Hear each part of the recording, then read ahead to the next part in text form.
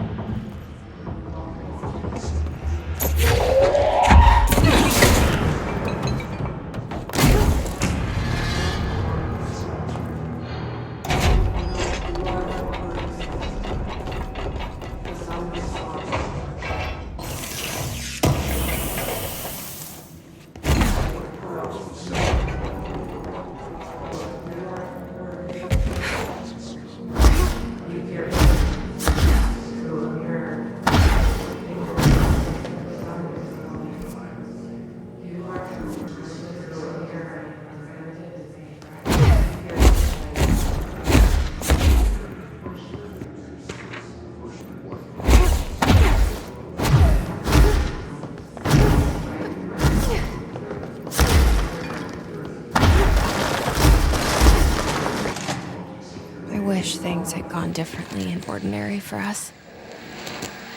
But wishing won't change things. Ordinary. Finding the projector will. Coming together in this one case. A new object of power, something we have not seen before. I mean, coming from me, that's saying something. The boy, Dylan Faden. Prime candidate 6. And the sister as well. Once we catch up with her, but the boy. So much potential. We're talking Northmore level readings here. And I don't want to invoke his name, but it's completely different circumstances here. It's remarkable.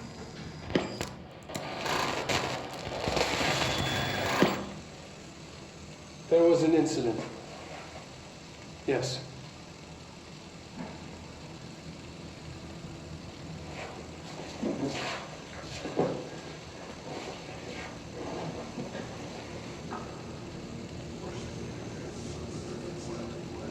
We lost a valuable member of our team, yes. Excessive force. Dylan has so much. But he's just a kid. I'll take the blame. He needs some slack. I mean, boys will be boys. He's exceptional and under a lot of stress. Robert's got killed. It's an unfortunate accident, that's all. Marshall needs to realize this. We will make this work. We'll make this work.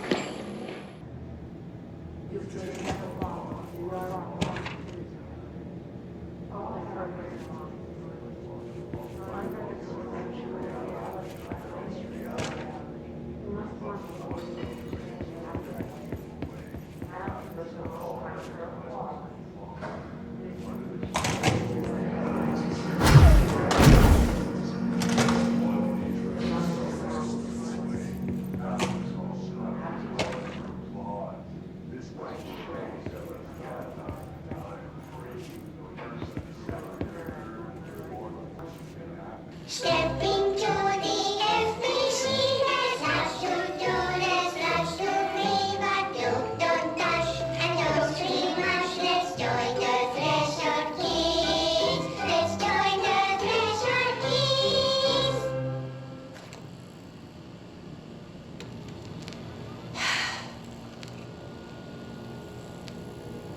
I can see you're upset, Meg. Why don't you tell Uncle Mr. Bones what's wrong? I did bad on my clairvoyance test. You can't ace every test, Meg. You see, everyone has different brains.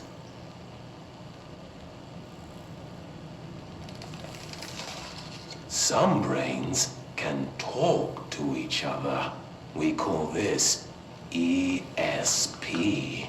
ESP?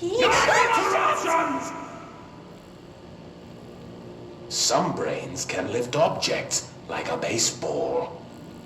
Talk about a fly ball, eh, Meg? No interruptions! So who cares if you fail your clairvoyance test? Maybe your brain can throw baseballs, or talk to dead people, or make friends blind. Once we know what your brains can do, we'll know what job to give you. And if your brains are just right, you'll get to sit in the big chair.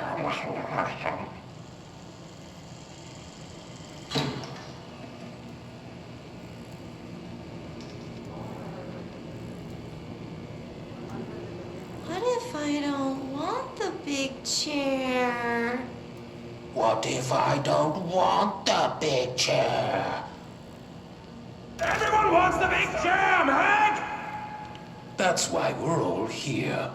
Use those brains to listen for once, or the only chair you'll get in is the one with straps.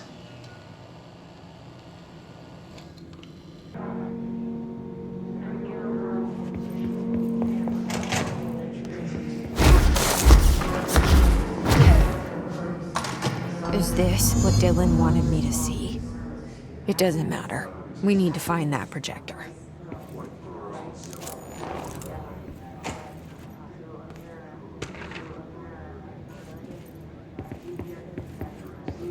We used to play there all the time. Me and Dylan, and other kids as well. We loved it. This time, I remember, was different. We found a way in, deeper into it, like it had shifted. We went inside, and that's where we found the slide projector. A dump is a place for lost things. Things that have been thrown away. Did you ever feel that way when you were growing up, Jessie? What? No. Yes, but that has nothing to do with... Was there a slide projector at your home when you were small? No. Those were before your time, I suppose. But your family did look at photos together, maybe. In one form or the other? Maybe. When was this? Can you remember?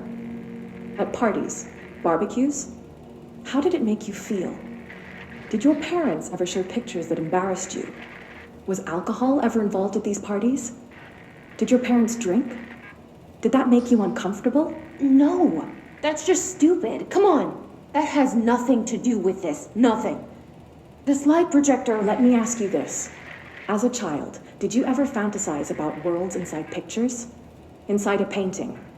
You know, stepping into a painting, into a hidden world, escaping and finding adventure there, away from your parents. I don't think so. I don't remember. Maybe. I don't know.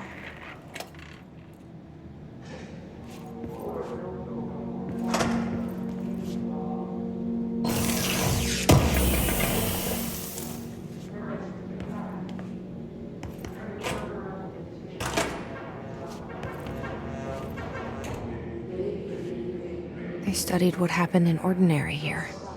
That's the place to start looking.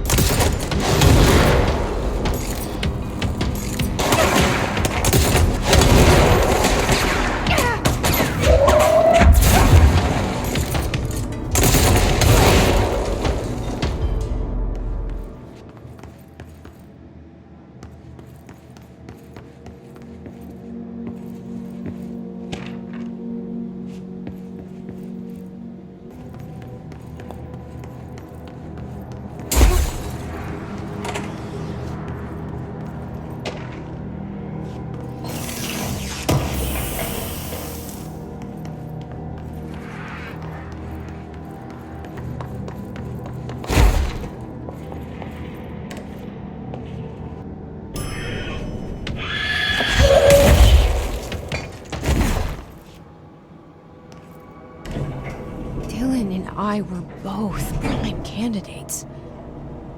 Experiments.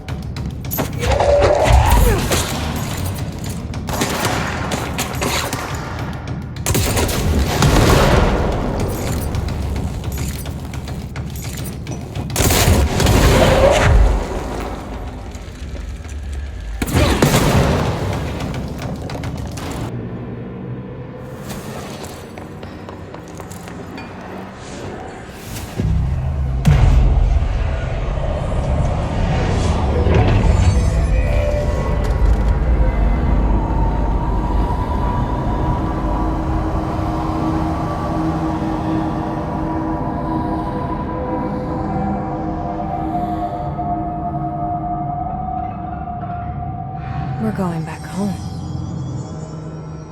Of course we are. It started there, and it's never gone away.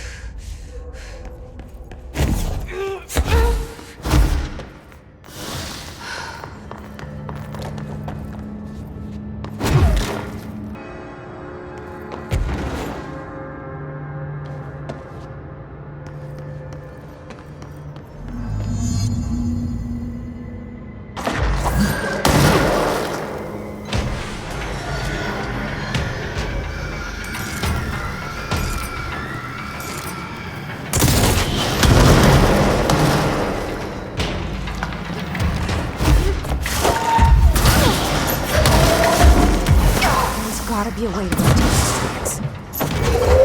Maybe there's a control panel nearby.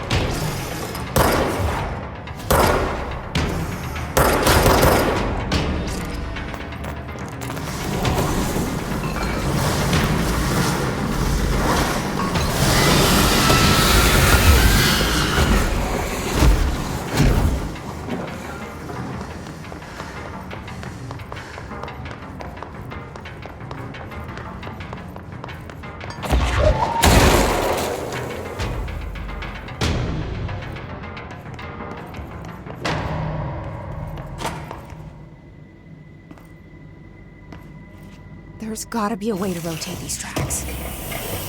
Maybe there's a control panel nearby.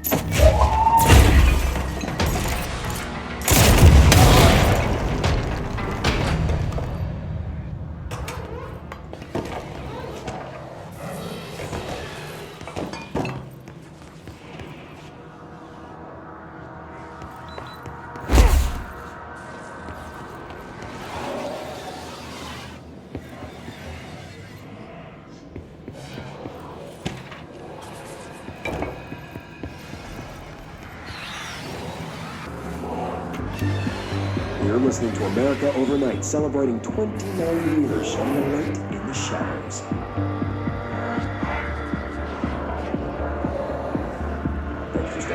as our first caller. Fine. What I'm about to tell you, if they found out, I don't know what would happen. If you found out, brother. The men in the suits, they told me it was an industrial accident. But this is something else. Something nobody talks about. Ordinary. This certainly doesn't sound very ordinary, caller. No, not ordinary. Ordinary. It's a town. And it wasn't an industrial accident. I mean, that's what they said. But that's bullshit. Whoa, please watch the language, caller. It may be 2 a.m., but we're still a family show. I'm sorry.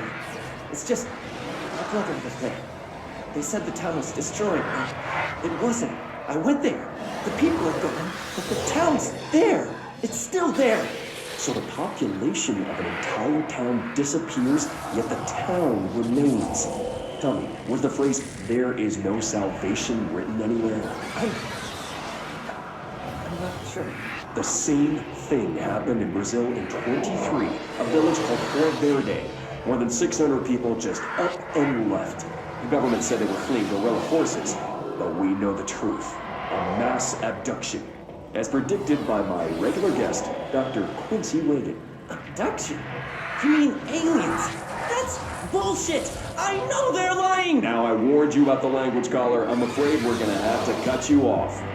Good timing, too. It's time for a short break. Hang in there.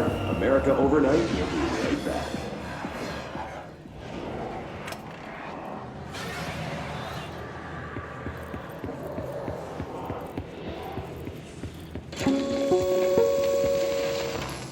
There is a curious correlation with the yet unknowable forces intruding upon our world in the form of altered world events. These forces gravitate toward archetypal objects, a gun, a television, a supposedly haunted house. So clearly humanity affects this process. Our collective unconscious is a map of sorts. We hold the key, but we don't know how to use it. We create these archetypes through everyday life, popular culture, urban legends, but we are observing and influencing a complicated system in action. We can change the likelihood of something being a receptacle for these forces just by thinking about it. But we haven't found a method to control the outcome. And yet, there's something unique in us, in our dreams, in the conceptual reality with power with our minds. What's the cause and what's the effect? Are we the starting point or just a necessary evil in this? A byproduct, a reflection, a projection? We'll struggle to find the answers to these hard questions, or die trying.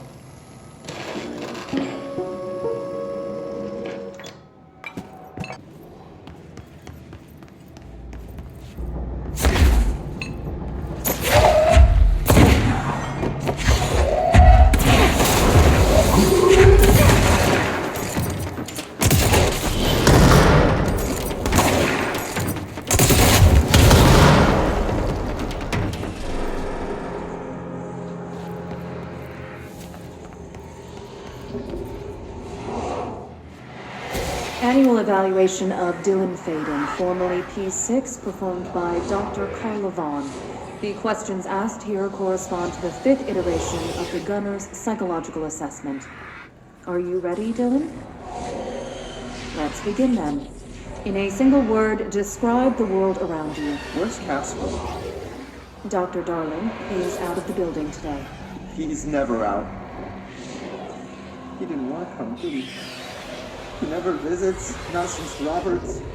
Tell Darling it wasn't my fault. I couldn't control it yet, but I can now. I learned. Will you tell him? In a single word, describe the world around you. A prison. A cold, empty prison. Not even a poster on the wall. What is the next number in the sequence 3, 6, 9, 12, 15?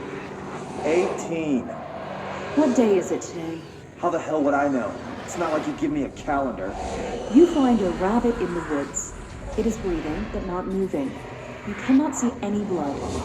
What do? Leave it. Expand on that. It doesn't matter. The rabbit's not real. None of it's real. What day is it today? Do you enjoy asking people questions that can't be answered? Is this what gets you up in the morning? What you dreamed of doing as a scared, stupid little girl? Can you describe a dog to me? In the ordinary, we had a friend. Nosebleed Neil. And when it all went crazy, you know what I mean. Nosebleed Neil turned into a dog. Or something like a dog. What day is it tomorrow? Fuck off! I don't know! There is no calendar! How can I fucking know? Dylan, calm down. Fuck you! Fuck you and fuck Casper! Hey! Are you watching this, you old fuck? Did you send your bitch because you're too scared of me?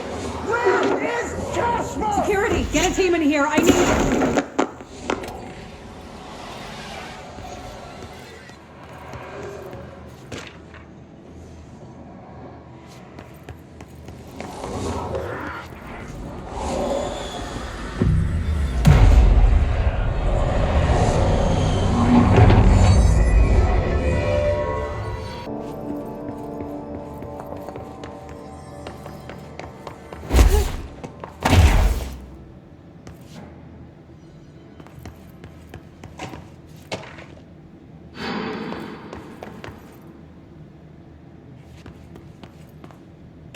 See what they have on ordinary.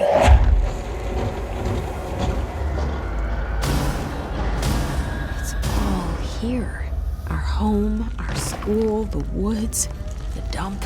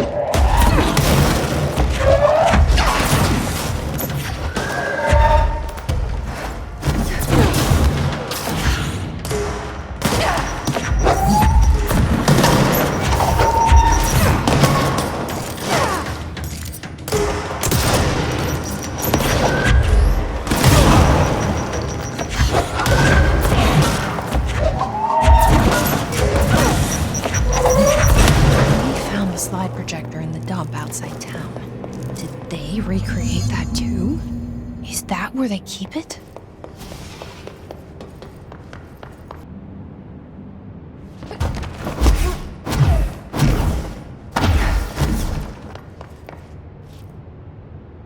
They say when you visit your childhood home, everything feels small, like a miniature, not real. They got that right.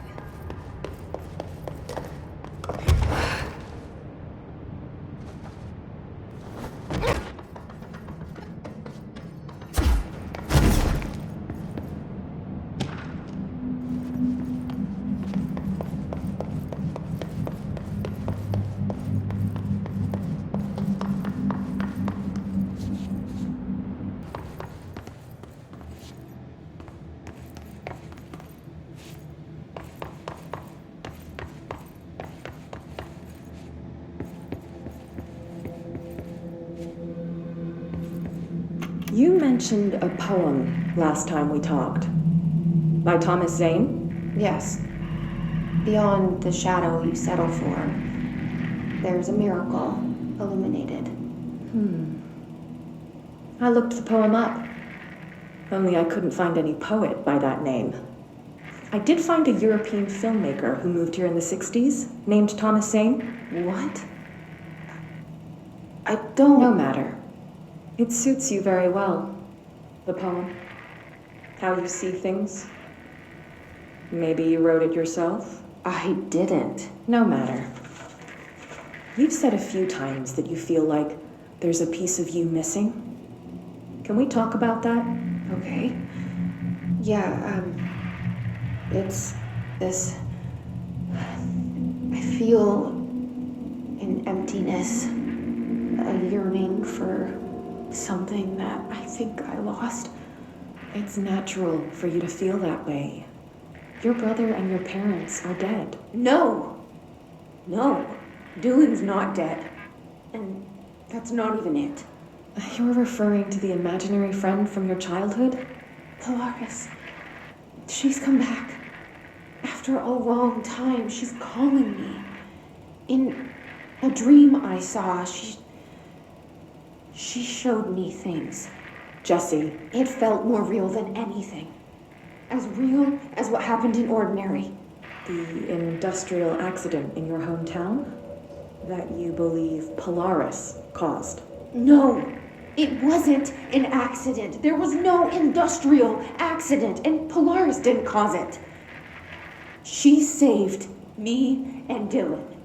Jesse. No, it was a cover-up. The government knows about it. There were agents there. Agents from... I don't know exactly. They took Dylan. I'll find them. I won't stop looking. Polaris wants me to go to New York. There's a building there. I have to leave soon. I have to be there at a very specific time. Something hugely important is going to happen. Jesse, you know we can't let you go until you're well. And that begins by understanding what's real and what's imagined.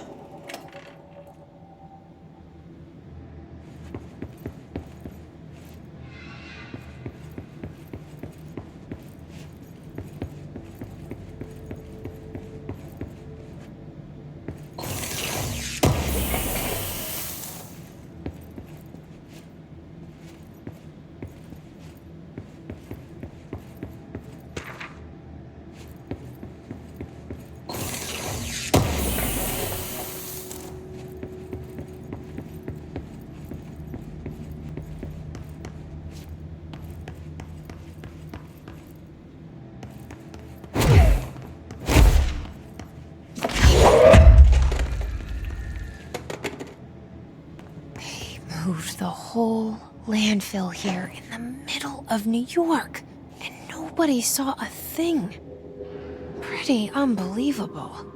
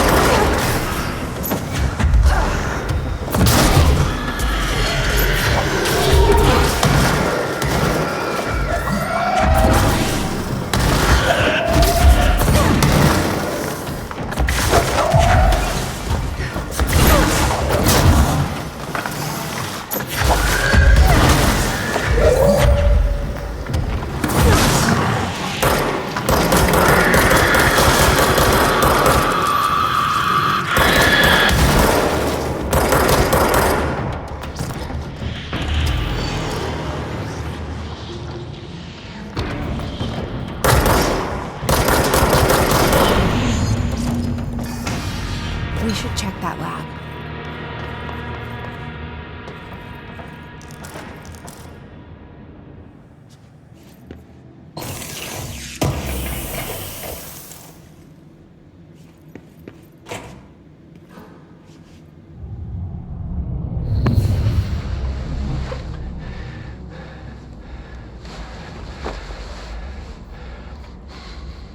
Effective immediately. I'm setting up a new department. Dimensional research in the research sector. Transferring the slide projector there. That's where my focus will be now. The Ordinary site remains as is. We'll be back to I don't know when.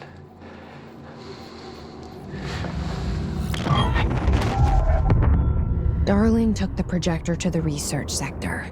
He dedicated a whole area to it, so he knew it was important. Dimensional research. That's where we go next.